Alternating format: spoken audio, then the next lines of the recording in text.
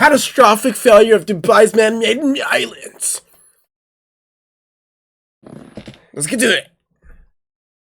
Dubai's man-made islands were supposed to look like this. Luxury, exuberance, and grandiosity. Instead, after 20 years of work and $13 billion, they make up an unimpressive scatter of sand with a few barely recognizable continents. Where did it all go wrong? When the idea came about in 2001, Dubai had limited coast left for waterfront property, setting into motion the plan of, well, creating more coastline through the introduction of 4 new coastal mega projects. There was the World Archipelago, and what was supposed to have been the universe surrounding it, the Palm Deira, the Palm Jebel Ali, and finally the Palm Jumeirah, which has since become the only successful development for a few notable reasons. Firstly, the Palm Jumeirah was built prior to the other projects, having been completed in 2006 before the global financial crisis. On top of this, Jumeirah was the smallest and most easily accessible of the 4 projects, being built off the already established Al Sufu, a popular area known for being the most expensive district in all of Dubai. The Palm itself has been planned incredibly well, with a perfect mix of residential and commercial property, making it a self-sustaining area with businesses for the residents. However, that's not to say that the project has been without problems. Shortly after its completion, the New York Times reported that the Palm Jumeirah, as well as the 3 other mega projects, were all sinking back into the ocean at a rate of 5 Dubai is a whole different world. With one article stating, "We're guessing that sand piled up from the ocean floor isn't all that good at sustaining the weight of tons of man-made structures, cars, and so forth." The island's developer Nikhil Properties responded to these claims by stating, "The Palm is intact. If there was subsidence, you would see cracks in the buildings, windows popping out. We have no evidence of that happening," even going so far as to sue the builder Penguin Marine, who simply stated that erosion could eat away at the islands. Then there's the issue of the water itself. The 3 man-made palms were designed with a crescent on the outside, protecting the residential houses on the inside from the open ocean.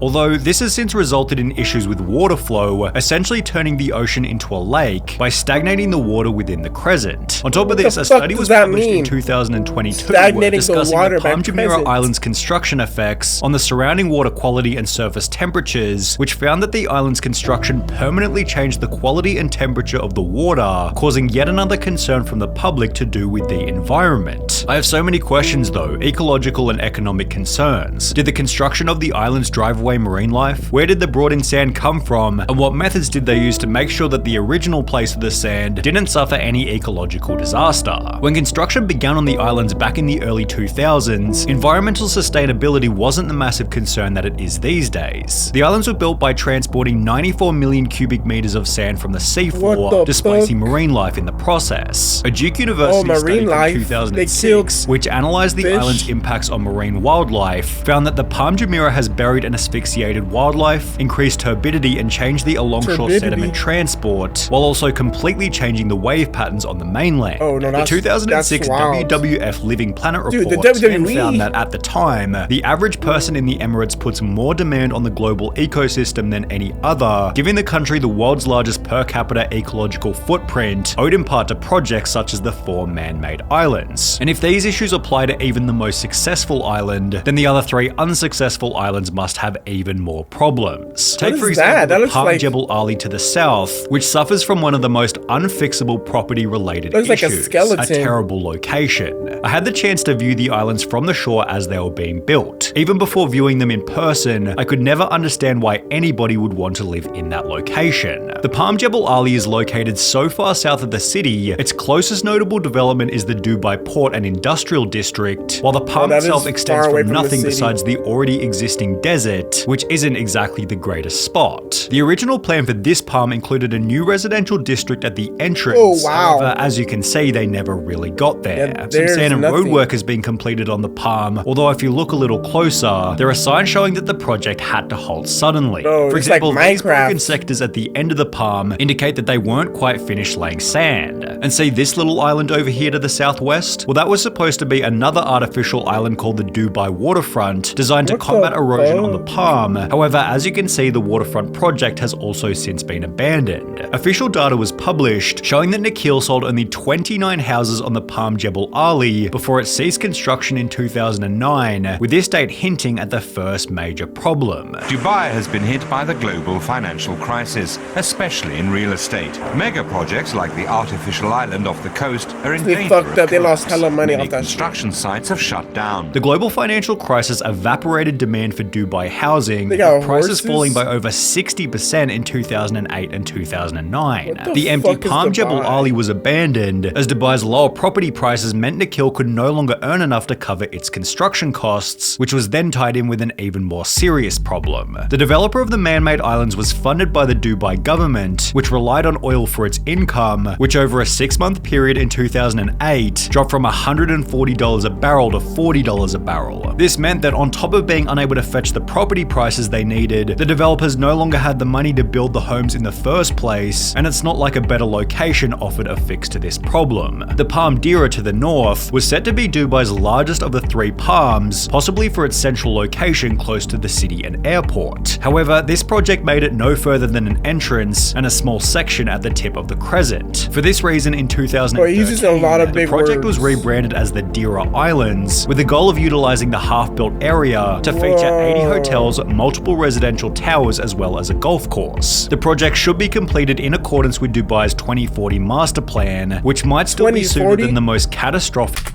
2040, so I'll be 2023 is right now. 7 years from now, I'll be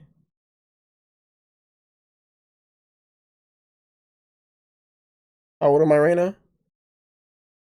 7 years, so I'll be 27.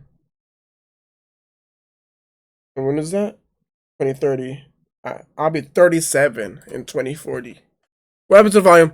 world. The 2003 What about the world? island, the most catastrophic of the 4 man-made islands, the world. The 2003 promotional video for the world described it as an island paradise where unprecedented opportunity can be found, before going on to state that residents and visitors will enjoy an exceptional array of retail venues. The video showed lavish green islands with prestigious villas, boats, and cafes, calling it the ultimate in exclusivity, and while this might be true to some extent, it's likely because nobody else has any desire to be there. The islands themselves look like an absolute travesty. what the North fuck America even and is Canada that? are shaped like a diamond and cut off by what appears to be that's the supposed North to be like a Pole, whole different, while Greenland like- is the same size as the North American continent, when in reality Greenland is approximately 20 times smaller. Australia looks more like the head of a dog, while New Zealand is shaped like an archway and is missing the bottom half of the country, yet the shaping of the islands is a pretty small problem in comparison to their complete lack of development. Over 90% of the islands are completely empty, despite being 60% sold 15 years ago, with most being used for Google Maps advertising of computer stores, cafes, and of course the swag like Ohio Beach. However, that's not to say that there hasn't been any construction on the islands. A $7 million house was built by the developer only in $7 the million? northwest Dude, corner of like, way Greenland, more. which was then bizarrely gifted to the German Formula One driver Michael Schumacher, who's never even commented on the Schumacher. project or given any indication that he's even visited the house. On top of this, the How do they island get of Lebanon food has there? been developed into a beach club, which can be used to escape the noise of the city. When it was visited by Yes Theory in their Exploring Dubai's Empty Islands video, he showed that the Lebanon island was fairly empty, yet he also noted that it was right in the middle of COVID, which likely impacted its popularity at the time. The beach club describes itself as the first development to open its doors to the public, yet this might hint at why the rest of the world's islands are yet to be developed. There's nothing else around. Without any close businesses or things to do, people aren't going to build houses out there, but at the same time, without any houses, That's just like a business whole owners different aren't going to go planet. and launch a business out there. Given the isolated location, the only people to use any such business would be those There's, like, already on the nothing on there? islands, No, because it's like, not going to be efficient animals? for a mainlander to get on a boat and travel all the way out to the world just to buy something at a store. Even then, what kind of business are you going to launch in the middle of the ocean with nothing else around? What's even crazier is that between 2023 and 2028, Nikhil Properties plans to develop another set of islands around the world called the Universe, which seems totally crazy given the lack of success on the existing islands, they're not gonna for which a finish that Reddit shit. user had a different theory about their failure.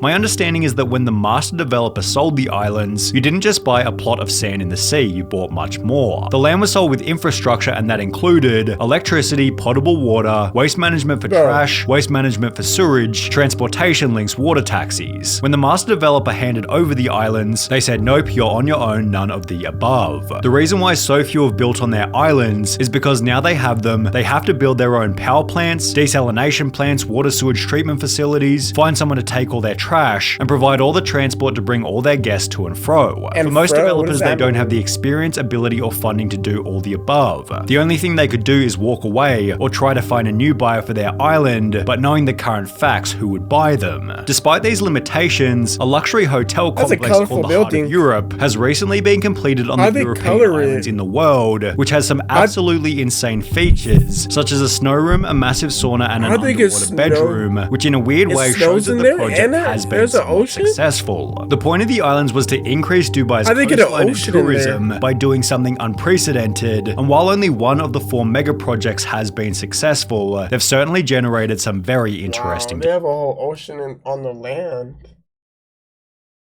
Crazy.